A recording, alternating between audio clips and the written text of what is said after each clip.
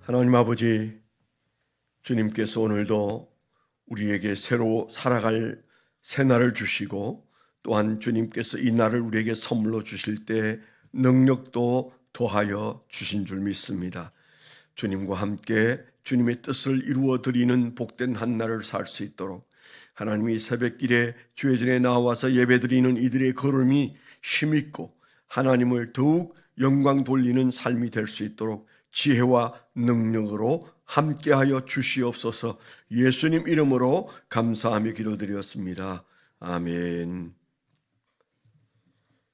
오늘 하나님께서 우리에게 주신 말씀은 에베소서 2장 1절로 10절 말씀입니다. 에베소서 2장 1절로 10절 말씀 311페이지.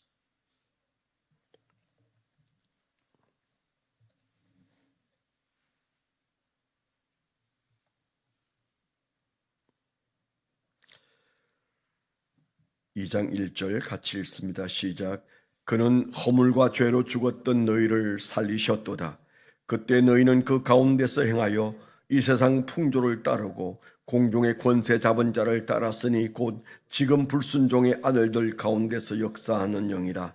전에는 우리도 다 그 가운데서 우리 육체의 욕심을 따라 지내며 육체와 마음에 원하는 것을 하여 다른 이들과 같이 본질상 진노의 자녀였더니 긍휼이 풍성하신 하나님이 우리를 사랑하신 그 큰 사랑을 인하여 허물로 죽은 우리를 그리스도와 함께 살리셨고 너희는 은혜로 구원을 받은 것이라. 또 함께 일으키사 그리스도 예수 안에서 함께 하늘에 앉히시니 이는 그리스도 예수 안에서 우리에게 자비하심으로써 그 은혜의 지극히 풍성함을 오는 여러 세대에 나타내려 하심이라. 너희는 그 은혜에 의하여 믿음으로 말미암아 구원을 받았으니 이것은 너희에게서 난 것이 아니요 하나님의 선물이라. 행위에서 난 것이 아니니 이는 누구든지 자랑하지 못하게 하려 함이라. 우리는 그가 만드신 바라 그리스도 예수 안에서 선한 일을 위하여 지으심을 받은 자니 이 일은 하나님이 전에 예비하사 우리로 그 가운데 행하게 하려 하심이니라. 아멘. 오늘 말씀 묵상하고 적용한 제목을 잠깐 읽어드리겠습니다. 크리스찬은 과거와 현재의 현격한 차이가 동기가 되어 오늘을 살아가는 자들이다. 그 차이는 죽었다가 살아난 것이다. 다시 한번 읽어드리면 크리스찬은 과거와 현재의 현격한 차이가 동기가 되어 오늘을 살아가는 자들이다. 그 차이는 죽었다가 살아난 것이다. 네, 우리가 죽었다가 살아난 경험이 혹 있으신지요?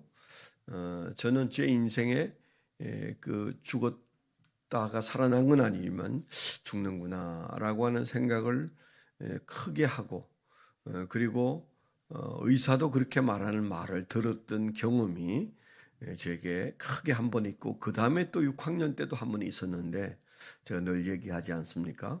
4학년 1학기가 막 시작되기 직전 2월 달에 입원을 해서 4월 달에 퇴원을 했을 때 그때 의사는 수술 못한다. 수술하다가 이 아이가 죽을 수 있다. 이제 그 얘기를 제가 누워있는데 눈 감고 누워있는데 저희 어머니에게 얘기하고 우리 어머니는 그 의사에게 큰 목소리로 죽어도 좋으니까 수술 한번 하게 해달라고 그렇게 얘기한 말을 들으면서 의사가 수술하다 죽을 수 있어서 수술을 못한다면 의사가 할 일은 없구나 이런 마음이 어린 마음에 들었는데 어떻든 그 뒤에 약 한 달 20일 만에 제가 고향으로 돌아가게 되었습니다. 늘 하는 얘기대로 돌아오는 때 제가 표준전과 표준수련장 사달라고 했어요. 그때 그 말을 한 이유는 이건 하나님이 살리셨는데 분명히 내가 보답을 한다면 무슨 보답을 해야 하나 그 생각을 골똘히 하다가 내가 공부를 못하는데 내가 공부를 잘해서 하나님께 보답을 해야 되겠다. 그런 마음으로 전과를 사달라고 했고, 그리고 돌아와서 불과 제 기억에 한 달이 채 안 된 때 시험을 쳤는데 그때 1등을 했다고요.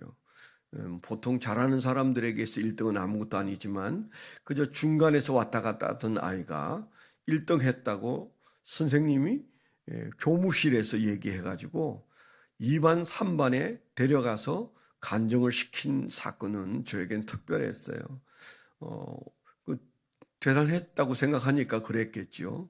얘가 공부도 안 하고 병원에 갔다가 죽다 살아왔는데 1등을 했다. 막 이런 말을 한 모양이에요.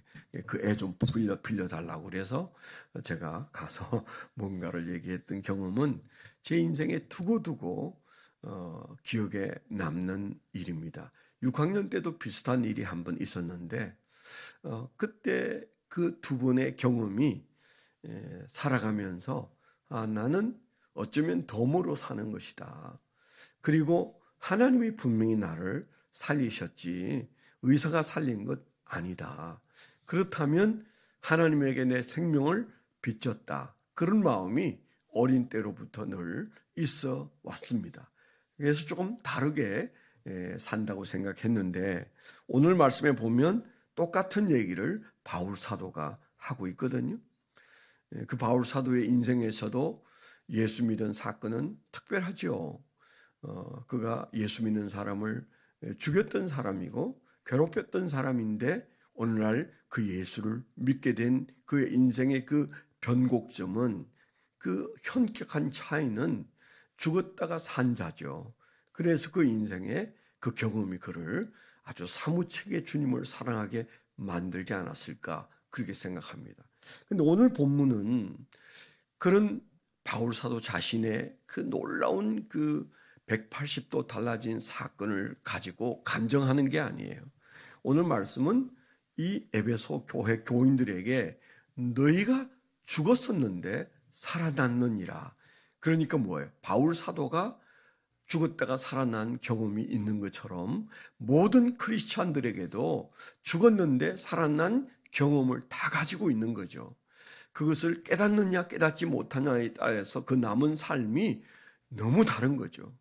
우리가 종종 죽을 뻔했는데 살아난 경험을 가지고도 그냥 일상으로 돌아가 버리는 사람들이 많아요. 지금 에베소 교인들에게 그 얘기를 하고 있는 겁니다. 사실은 나만 아니고 당신들도 그리스도 안에서 보면 죽었던 자가 살아난 건데 왜 내가 이렇게 사는 것처럼 당신들은 살지 못하느냐? 왜 그 차이가 별로 없느냐? 왜 그 전의 삶이 다시 삶을 지배하고 있느냐? 그 얘기를 하고 있는 거잖아요. 오늘 말씀을 그런 각도에서 보면 너희가 라는 말을 첫 절에 하잖아요. 그는 허물과 죄로 죽었던 너희를 살리셨도다.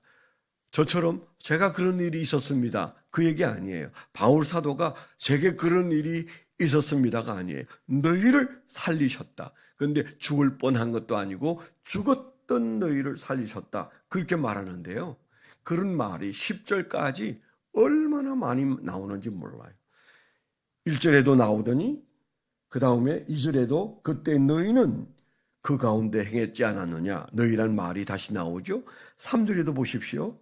전에는 우리도 표현은 바뀌었지만은 바울 사도를 포함해서 우리도 다 그 가운데 우리 육체의 욕심을 따라 지내며 그렇게 말을 합니다. 그 다음에 4절에도 나오죠. 긍휼이 풍성하신 하나님이 우리를 사랑하신 그 큰 사랑을 인하여. 그 다음에 5절에도 허물로 죽은 우리를 그렇게 나오죠. 7절에도 나오죠. 이는 그리스도 예수 안에서 우리에게 자비하심으로써 그렇게 말하는 우리가 등장하고 8절에도 나옵니다. 너희는 그 은혜에 의해 믿음으로 말미암아 구원을 받았으니 너희에게서 난 것이 아니다. 그렇게 말합니다. 10절에도 우리는 그가 만드신 바라 그리스도 예수 안에서 선한 일을 위하여 지으심을 받은 자니 이 일은 하나님이 전에 예비하사 우리로 그 가운데서 행하게 하려 하심이니라. 아니, 이 너희와 우리라는 말이 반복되면서 지금 마치 손가락으로 지금 가리키면서 말을 하듯 이 얘기를 반복하는 이 엄청난 너희와 우리가 왜 거기에 있다고 생각하십니까? 왜 과거와 현재의 before와 after가 분명하지 않으냐? 죽었던 자가 살아난 것은 엄청난 차이잖아요. 말할 수 없는 차이잖아요.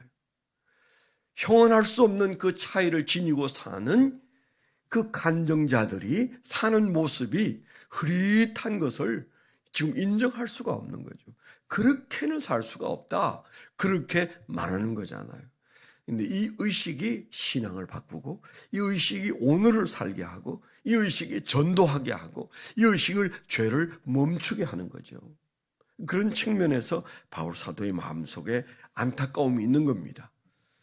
과거와 현재가 죽었던 자가 살아난 차이를 가지고 있는데 왜 그 차이를 따라서 살지 못하고 과거와 현재 사이의 경계가 불분명한 삶을 산단 말이냐. 그렇게 살아서는 안 되는 것 아니냐. 그 얘기를 자기 자신에게 하는 것이 아니라 에베소 교인들에게 하고 있다. 그런 말씀이잖아요. 오늘 우리에게 이 말씀을 하시는 겁니다. 우리가 늘 구원받은 것을 감사하면서도 그런데 우리 의식이 before와 after가 분명하지 않은, 그래서 그 현격한 차이가 내 의식과 내 행동의 차이로 나타나야 되는 것인데 그렇게 살지 않는 거죠. 그래서 10절에는 그걸 붙들고 그 은혜와 풍성함을, 그 은혜의 풍성함을 나타내려고 나를 살리셨고 선한 일을 위하여, 아가도스를 위하여 살리셨다. 분명히 해라. 목적이 있어서 살리셨는데 목적과 상관없이 사는 것은 낭비다. 그런 얘기를 하는 것 같지 않습니까? 그래서 주님께서 우리에게 주시는 이 말씀에는 오늘 우리가 과거와 현재의 차이를 늘 감사하면서도 그런데 그 차이를 지금 보여드려야 될 상황, 그 은혜의 풍성함을 나타내고 선한 일을 지으셨으니까 그 아가도스를 드러내야 하는 오늘을 주님께서 기대하신다. 이 마음을 우리가 품고 살아야 한다고 생각합니다. 그래야 주님이 아마 손해본 느낌이 안 드시지 않겠습니까? 우리가 자식들을 키우면서도 자식이 열심히 잘 살면 손해본 느낌이 안 들지만 자식이 열심히 살지 못하면 어쩐지 애쓰고 수고한 것들에 대하여 돌려받지 못하는 부채를 느끼는 것처럼 느낍니다. 예수님이 피로 값주고 사신 우리가 주님이 베푼 그 은혜를 우리가 늘 감격할 뿐만 아니고 그런 변화의 삶을 살아낼 때 주님께서 내가 헛되이 죽지 않았구나. 내가 그 십자가에서 몸부림친 것이 헛되지 않구나. 주님께서 아마 그런 위로를 오늘도 받지 않겠는가 그런 마음이 듭니다. 오늘 하루 before와 after가 분명한 삶, 그 삶이 우리 안에서 시행되어지는 한 날이 되시기를 축원합니다. 기도 제목을 좀 말씀드립니다. 오늘 미국으로 떠나는 정운순 집사님 가서 긴 시간 잘 지내고 돌아올 수 있도록, 우리가 얼마 전에도 우리 교회 청년이 공항에서 쓰러졌던 경험을 들으면서 정말 하나님의 은혜로 우리가 사는 거구나. 이제 그런 생각을 하고 감사를 드렸는데 우리 정유선님 잘 다녀올 수 있도록 위에서 기도하고 또 남아있는 권순관 집사님 주님께서 붙잡아 주시도록 기도해 주시길 바랍니다. 내일은 올리브 블레싱이 있는 날입니다. 조금 날씨가 좋아지고 날이 밝아지는 대신에 좀 열심히 조금 들어지나 이런 생각이 듭니다. 그래서 올리브 블레싱 우리 어린 아이들이 또 청년 학생들이 열심을 내어서 나와서 예배 드리는 그 예배가 그들의 인생을 이끌고 그리고 승리하게 한다는 믿음이 커져서 그 희망이 있어야 새벽에 벌떡 일어나거든요. 내가 오늘 새벽에 가야 하나님이 기뻐하신다. 그런 마음이 그 아이들에게 들고 또 자녀를 가진 우리가 하나님 앞에 자녀를 위해서 기도하는 날, 그런 마음으로 토요일 날 마음을 같이 할 수 있도록 은혜를 달라고. 은혜가 있으면 모이게 돼 있어요. 하나님, 토요일 날 새벽에 우리에게 은혜를 베풀어 주옵소서. 올리브 블레싱이 일어나게 해달라고 여러분 기도해 주시길 바라고, 내일은 또 이태형 임예지 맞나? 네, 신혼이 아니고 예비 부부 결혼 학교가 있습니다. 그 부부가 결혼을 이제 앞에 두고 있는데 아주 주님이 기뻐하는 삶을 살 수 있는 부부가 되도록 내일 결혼 학교를 위해서 여러분 기도해 주시면 좋겠습니다. 주일날 거룩한 예배가 하나님께 드려지는데 주일 예배를 위해서도 미리 우리가 기도해야 돼요. 금요일부터 저는 주일 예배를 위해서 늘 기도하는 습관이 있는데, 여러분 주일 예배가 은혜가 풍성하고 성령이 모든 성도의 마음을 만져주시고 우리의 심령에 은혜가 넘치는 예배가 될 수 있도록 여러분 기도해 주시길 바랍니다. 하나님 아버지 감사합니다. 오늘도 새벽에 우리를 불러 기도의 불을 끄지 않도록 인도해 주셨으니 감사합니다. 주여, 우리의 기도가 가정을 살리고 교회를 살리고 이 나라를 살리고 세상을 살리는 하나님 귀한 선한 행위가 되게 하여 주옵소서. 우리를 살리셨으니 우리가 기도로 오늘도 선한 발걸음을 내딛게 하여 주시옵소서. 이제는 우리 주 예수 그리스도의 은혜와 아버지 하나님의 극진하신 사랑과 성령님의 내주 동행하시며 감화 감동하심이 하나님을 사랑하는 거룩한 백성들의 생애 위에 지금부터 영원토록 함께하여 주시옵기만을 간절히 축원하옵나이다.